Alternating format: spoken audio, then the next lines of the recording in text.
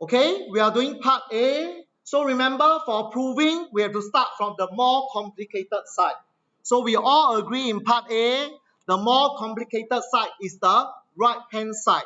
So let me write down right-hand side, the question first. Take note, the right-hand side has two terms. The left-hand side has only one term. Based on the trick, if there are two terms I want to combine into one term, step number 2 did tell us, oh, we need to have a common denominator.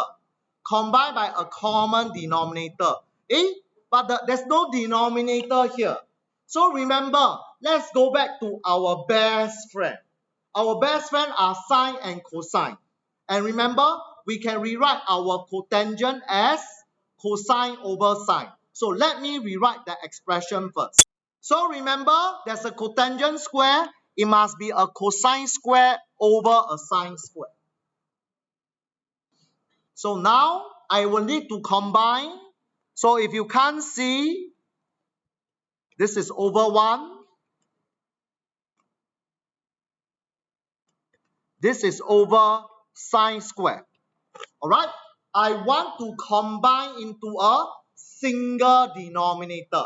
Common denominator. What's the common denominator here? Sine square.